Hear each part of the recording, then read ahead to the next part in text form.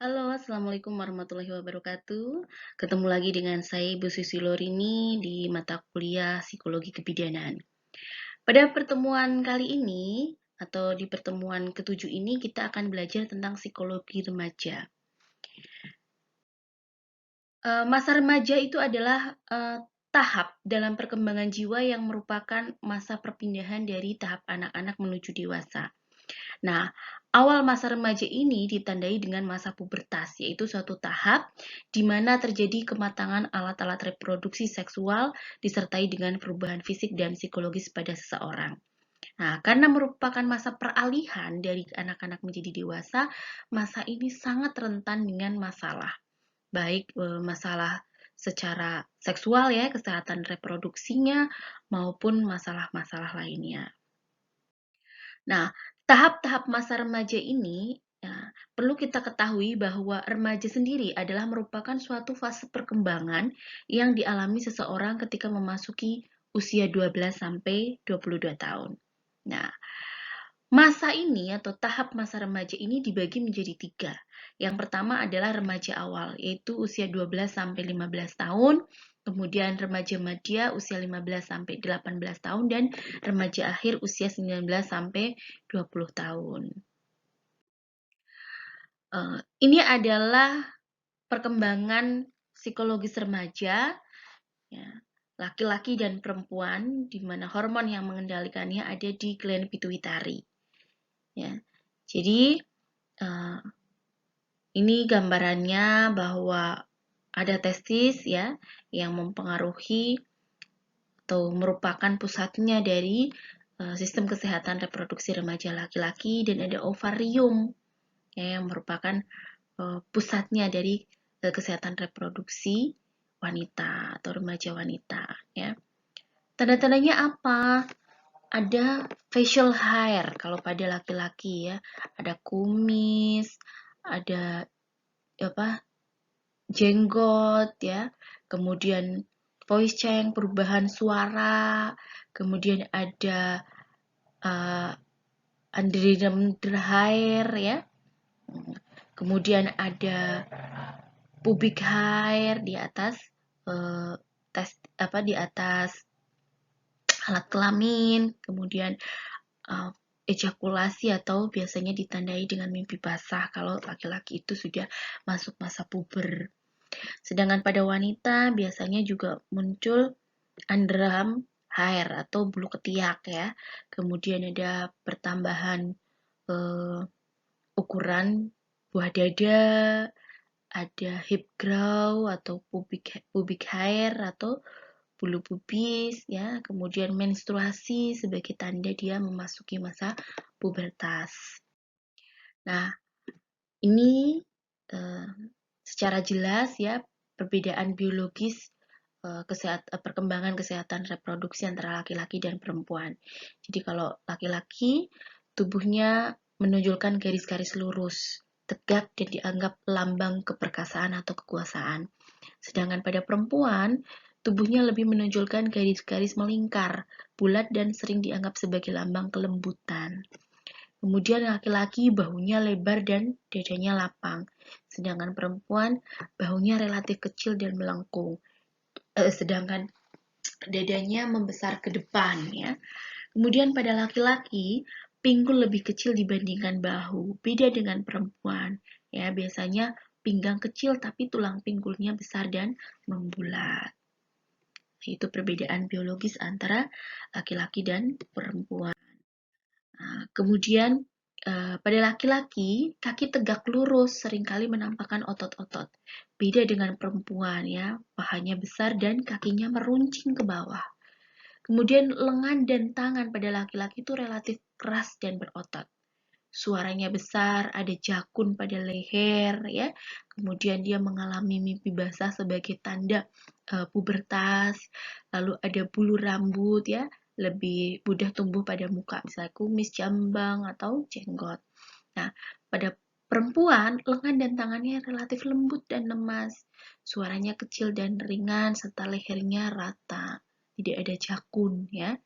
Kemudian ada menstruasi sebagai penanda masa pubertas pada wanita. Rambut mukanya relatif tidak mudah tumbuh. Gitu. Nah, selanjutnya adalah Sex Maturity Rating atau SMR atau Stadium Maturitas Seks, ya SMS biasanya. Dikenal dengan nama Stadium Tenor. Stadium Tenor ini ada stadium 1 sampai 5. Ya, jadi kalau pada perempuan ditandai dengan pertumbuhan payudara dan rambut pubis, sedangkan pada laki-laki ditandai di testis, penis, dan rambut pubis. Nah, berikut adalah tabel klasifikasi stadium maturitas seks pada anak laki-laki. Yang pertama, rambut pubis. Pada stadium pertama tidak ada rambut pubis ya. Kemudian rambut pubis tidak ada, penis prapubertas ya, testis juga prapubertas. Kemudian pada stadium 2 rambut pubis ada tapi sedikit, kemudian panjang, sedikit berpigmen. Nah, penisnya pembesarannya ringan. Kalau testisnya sudah mulai skrotumnya membesar ya. Kemudian tekstur merah muda. Sedangkan pada stadium 3 rambut pubisnya lebih hitam, kemudian mulai keriting dan jumlahnya sedikit. Penisnya lebih panjang, testisnya lebih besar. Pada stadium 4, rambut pubisnya menyerupai dewasa. Jumlahnya sedikit, kemudian kasar dan keriting. Penisnya lebih besar, ukuran glans dan besar penis bertambah. Begitupun dengan testisnya juga lebih besar dan skrotumnya lebih hitam. Nah, pada tahap akhir atau tahap stadium 5, rambut pubis ini distribusi dewasa. Jadi sudah betul-betul orang dewasa dan menyebar ke permukaan medial paha. Kemudian penisnya ukuran dewasa dan testisnya juga ukuran dewasa. Nah, sedangkan pada tabel klasifikasi stadium maturitas seks pada anak perempuan ya, pada stadium pertama rambut pubis itu prapubertas. Jadi belum terlihat. Kemudian payudara juga sama, hanya mungkin kalau orang bilang itu hanya sedikit ada tonjolan. Kemudian pada stadium 2, rambut pubis masih jarang, sedikit berpigmen, kemudian lurus, ada batas medial di labia.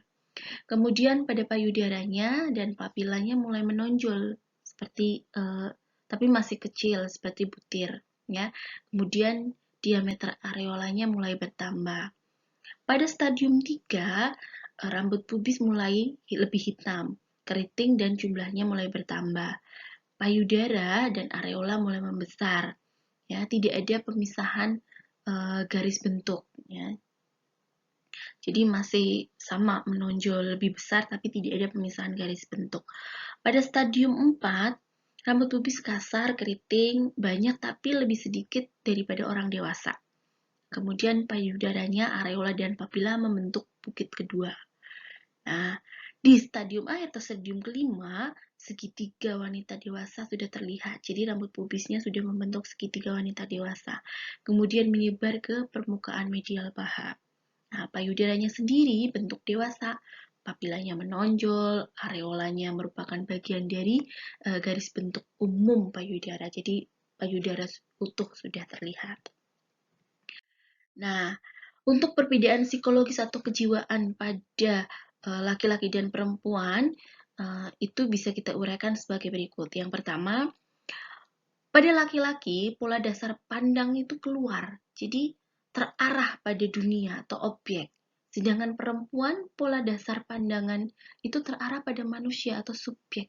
Jadi makanya kalau laki-laki itu pikirannya lebih objektif dibandingkan dengan perempuan. Karena perempuan seringkali melihat ke subjeknya.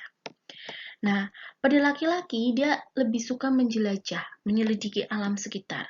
Kalau perempuan lebih gemar tinggal di rumah, memelihara atau merawat. Laki-laki suka membongkar dan membangun, ya. Laki-laki membangun rumah sebagai tempat tinggal, ya. Beda dengan perempuan. Perempuan lebih suka menyayangi dan memelihara, ya. Tapi perempuan pandai membangun rumah menjadi tempat yang menyenangkan, gitu. Kalau laki-laki building a house, ya, membangun rumah dalam arti nyata yang beneran. Kalau perempuan ini building a home, membangun rumah keluarga yang hangat gitu. Nah, laki-laki juga suka mencoba hal-hal baru, sedangkan perempuan itu malah cenderung lebih diberikan perhatian, ya, senang dilihat, ya, dan dicari. Itu perbedaan psikologis atau kejiwaan antara laki-laki dan perempuan. Kemudian yang lainnya, perbedaan psikologis lainnya pada laki-laki itu biasanya dia lebih aktif, lebih inisiatif mengambil keputusan, tapi suka mengkritik dan memprotes. Nah, kalau perempuan ini malah justru reaktif, ya, dia reaktif menanggapi, tapi dia lebih tabah dan mudah menerima, gitu. Nah, kalau laki-laki, rasio dianggap lebih utama, ya, dapat mengendalikan perasaannya. Ya, dia anggapnya rasio atau jumlah itu lebih utama, tapi dia bisa untuk mengendalikan perasaan. Untuk pura-pura nggak suka, itu lebih bisa laki-laki. Beda sama perempuan yang lebih mengedepankan emosi dan perasaan, ya. Itu biasanya lebih mempengaruhi pikirannya, sehingga dia sulit untuk mengendalikan perasaan. Nah, laki-laki itu juga lebih melihat kenyataan secara objektif, terarah pada garis-garis besar, lebih teguh dalam mengambil keputusan, beda sama perempuan. Perasaannya pasang surut, terpengaruh oleh siklus bulanan, ya, premenstrual syndrome.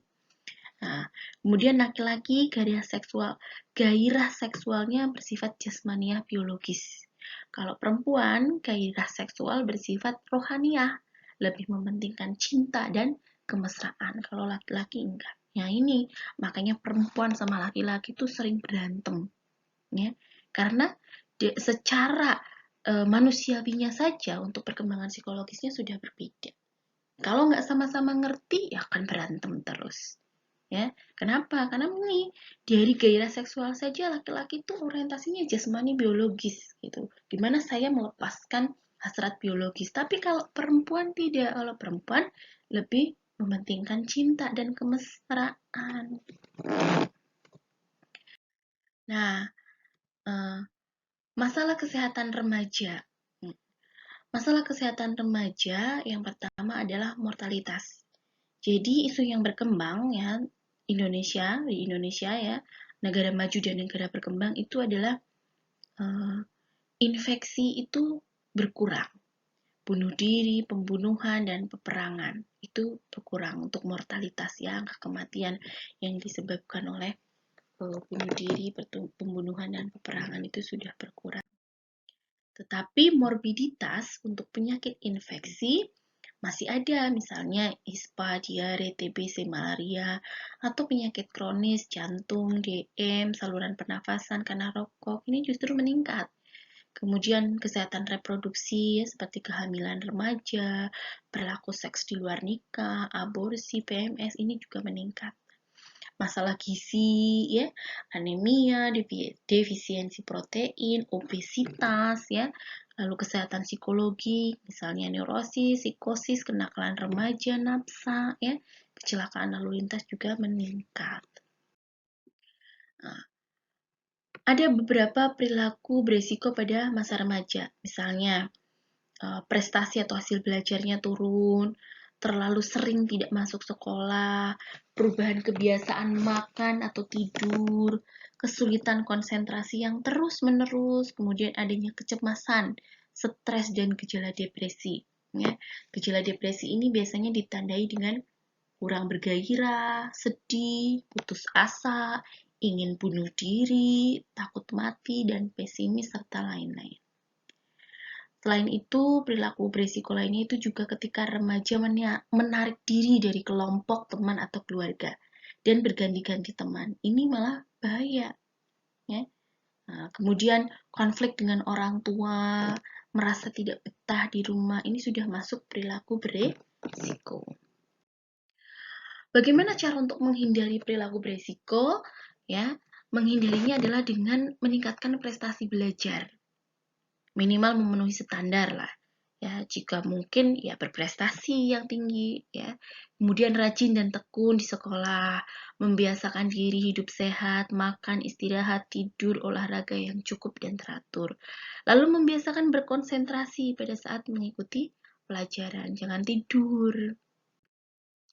Lalu berpikir positif dan gembira, berteman, bergaul, dan bersahabat secara aman dan wajar. Berusaha menyesuaikan diri dengan lingkungan, ikut menjadi bagian penting dalam keluarga atau masyarakat, taat dan patuh pada hukum, aturan, dan norma yang berlaku, hidup dengan rasa optimis, ya jangan pesimis tapi optimis. Saya harus bisa, saya harus sukses, gitu. Saya pasti bisa. Itu kejar cita-citanya. Kemudian menjaga tubuh agar tetap sehat secara jasmani dan rohani. Lalu berusaha menemukan ketenangan di rumah sendiri, home sweet home. Buat rumah senyaman mungkin. Gitu. Ya. Sampai sini ada pertanyaan? Belum? Baik, kan saya lanjutkan. Tugas perkembangan masa remaja. Jadi, pada masa remaja, dalam perkembangannya, itu remaja sebetulnya memiliki tugas. Bukan hanya tugas dari pendamping atau orang tua. Ya. Jadi remaja itu punya tugas adalah mencari relasi yang lebih matang dengan teman seusianya. Jadi harus membentuk pertemanan yang baik gitu dengan teman seusianya, mau laki-laki perempuan, laki-laki dengan laki-laki perempuan perempuan. Pokoknya berteman dengan semua orang yang seusianya. Kemudian mencapai peran sosial. Kalau wanita ya peran sosialnya lebih feminim, laki-laki lebih maskulin. Kemudian menerima fisik dan menggunakan tubuhnya secara efektif. Ya. Tidak usah minder atau tidak usah mengeluh ya. Oh, saya jelek, saya jerawatan. Tidak, tapi disyukuri, bahagia. Gitu. Kemudian meminta, menerima, dan mencapai perilaku bertanggung jawab secara sosial. Ya, mencapai kemandirian emosional, mempersiapkan untuk karir ekonominya ke depan, mempersiapkan untuk menikah dan berkeluarga. Ini sudah ada. Seharusnya ini sudah menjadi tugas perkembangan pada masa remaja. Jadi remaja itu sudah harus memikirkan ini. Gitu. Kemudian ada beberapa perilaku yang menyimpang pada remaja yang harus kita waspadai.